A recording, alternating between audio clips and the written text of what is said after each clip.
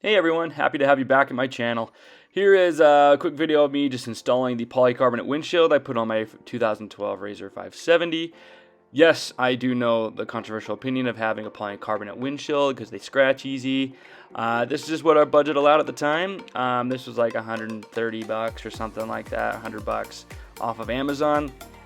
Nothing special, but it does do the job, I can say that. So enjoy this install video. I should have some more videos coming out here soon of me going and installing some wheel spacers and so on and so forth. But again, sorry it's taken a second for me to upload some more videos for those of you who have subscribed to my channel since my last video. Hopefully you enjoy this. Take care.